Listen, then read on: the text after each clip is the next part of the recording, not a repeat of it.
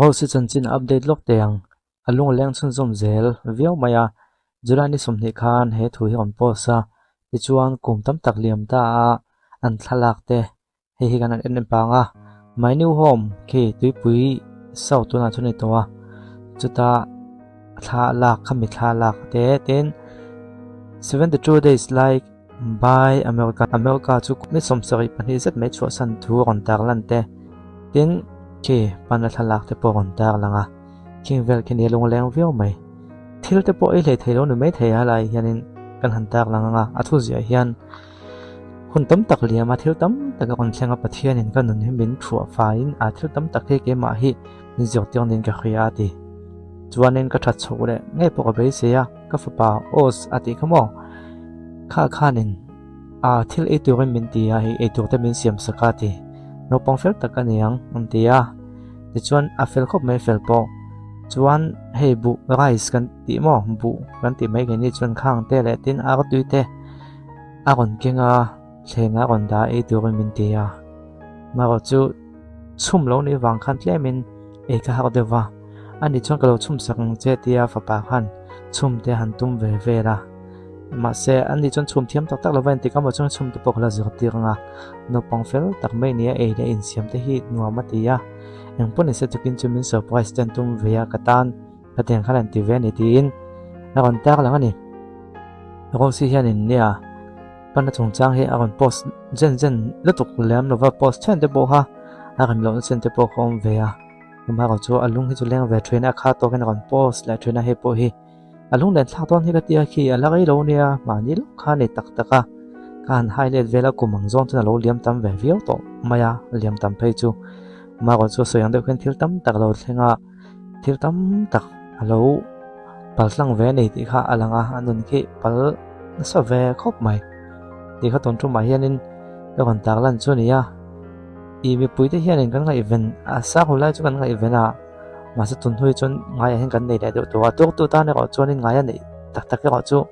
a ha viau mai theya in pon se khame ching kha kon tak lan the chun yelo du tok phadila tho me ole beng te var zok te lo ni ta kan hei han zep te luk la thain ka khia e sudul ami zo tong ta wanga tribal ni na bo tu anga soi hi dik lo ni ti ron se tun nai video viral song changa te engama fred photo lo aw bal thei ta kan chief minister chuan ti hianin thu chua kon siama te meng chief minister lo du mo chuan indian constitution e schedule mizo tong tel ani theinan ma an lak mek thu le e schedule mizo tong da wanga tribal ni na bo tu anga mi thran khatin nun sei chu adik lo thu soi ni chief minister hian nimin khan bsi hola professor lo tlong liana khiang te jele khabu te le midang professor lo tlong liana khiang te chanchin an zia te da khom na le khabu tlang zara mizo tong hi thang chaka e chidula khung tu kan ma kan la e chidula mizo tong da hian tribal kan ne hi abodon lova mithiam min tak tak ten abodon ti zong nan soi thwina mizo zia hian thiam inti khria inti thiam tak tak siro khre tak tak siro hian mi pui min ti boy forward ni tribal ni nan zu tong a in ngat ani lo tho soin siam chuan da schedule tribe order 1950 a khan tunge tribal ti chuanga tribal kan lan reng kan tong nan kung kai na nei lawa e schedule lak lu ani wangin tribal kan ni na bodon lo e schedule mizo tong da turin central kan the tu ta abu thadeu kan siam e schedule hian min khung thei mai po kan be se ngai viau atia ambo zui zel don thu sei pokani lalto ma chuan to na tamizo tong da tamatul thu soin mizo tong thumal le chumi tluk pui sap tong le hindi kan nei tam chuan ai thiam na manga mizo tonga na kan thona min tampuya namdang ten mizo tong hen mani tonga alo le den zung zung thena na tampui thwe na tia kum sang ni la zum ni pani tong in google translate mizo tonga seng lu thu le tuna chuan google le language based ai zung zung a mizo tong man the kani to thu sei pokani on tia ni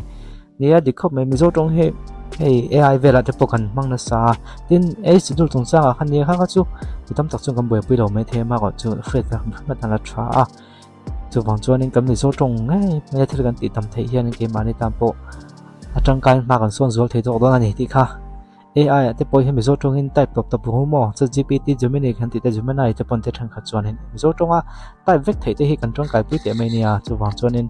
mizo tong hi choi fonga choi la ga pan tong kai te zok tu kam halak hi a support am khop mai